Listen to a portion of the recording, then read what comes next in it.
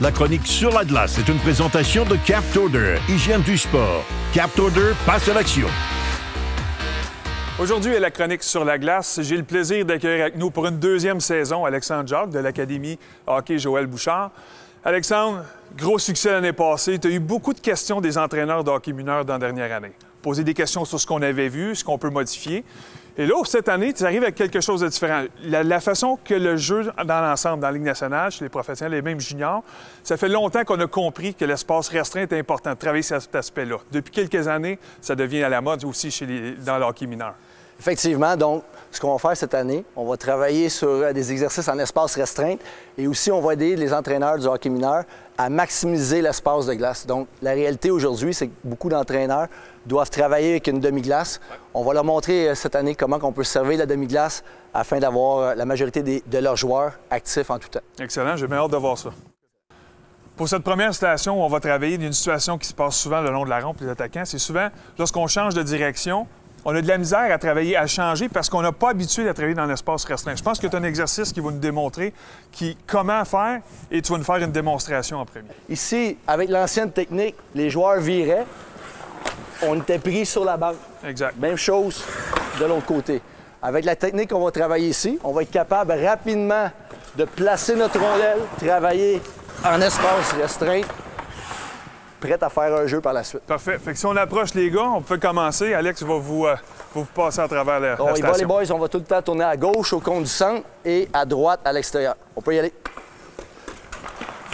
Donc ici, on veut que le joueur place sa rondelle derrière lui, la protégeant, et par la suite peut virer autour de celle-ci. C'est pas une technique qui est nécessairement facile à premier coup d'œil. Vraiment pas facile.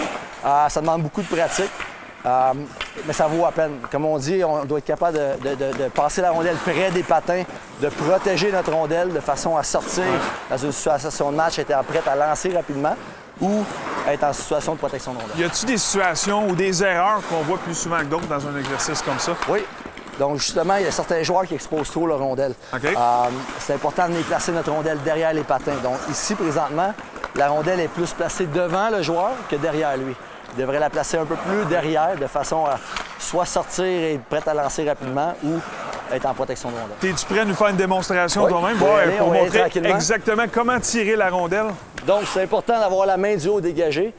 Je veux ramener la rondelle derrière moi de façon à la protéger. Donc, rondelle derrière moi, je la protège.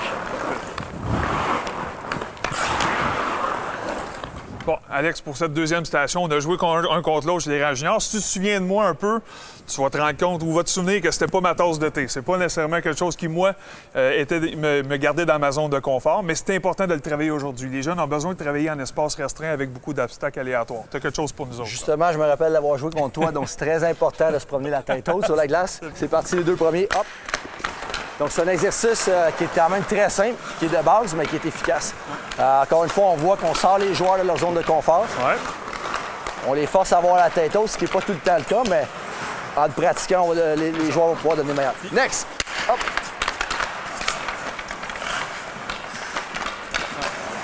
Puis en travaillant les cônes, on peut aussi travailler d'autres habiletés, comme la première station, on a vu, tirer des rondelles. Exactement. On peut tout faire ça en même temps. Exactement. Donc, c'est un exercice qui est aléatoire un peu. Next, boys! Et les joueurs peuvent travailler, c'est soit, on pourrait comme entraîneur mettre des restrictions, donc on pourrait demander aux joueurs de tout le temps garder la rondelle sur leur côté fort seulement. Ouais. On pourrait le faire aussi lorsque le niveau est plus élevé, garder la rondelle seulement côté revers. Donc c'est à nous autres, les entraîneurs, à adapter l'exercice au niveau du groupe. Et si un entraîneur voulait augmenter le niveau de difficulté, qu'est-ce qu'il peut faire? On va arrêter les boys. Donc, un exercice que j'aime faire, pas nécessairement nécessaire de le faire dans un parcours comme ça, mais c'est encore plus demandant, c'est d'ajouter une deuxième rondelle. Okay. Ce que ça fait en ajoutant une deuxième rondelle, souvent on voit au hockey mineur des jeunes qui dribblent la rondelle très près de leur patin. Donc, ils sont forcés de regarder celle-ci, ils ne voient pas ce qui se passe sur la glace. En dribblant deux rondelles, je me dois de garder les rondelles loin devant moi et ça va me forcer à avoir une bonne position de base de la tête haute. Bon, pour cette troisième station, maintenant, on va augmenter le niveau de difficulté. On va aller un joueur contre deux, mais là, tu n'as pas beaucoup de temps, tu n'as pas beaucoup d'espace, donc c'est important de réagir, avoir de bonnes mains, mais aussi voir ce qui se passe autour de toi. Oui, c'est un petit peu plus un exercice de protection de rondelle. Ouais. Très simple, mais très efficace. Un porteur de la rondelle, les deux autres essaient de lui enlever. Okay. Et on joue en espace restreint. C'est parti, boys! Donc, on protège la rondelle, mais celui qui récupère la rondelle devient le nouvel attaquant en protection, c'est ça? Exactement. Là, c'est sûr, les joueurs sont plus le long de la bande, mais on pourrait le faire aussi dans un sac de mise en jeu avec le hockey mineur où les joueurs devraient se servir davantage de leur corps pour protéger la rondelle. Parfait. Les démonstrations sont faites, les joueurs sont en place. On est capable de montrer maintenant une meilleure idée, ce que ça peut donner lorsqu'on travaille avec une demi-glace. Oui, en ayant séparé la glace de cette façon-là, on a le maximum des joueurs en action en même temps.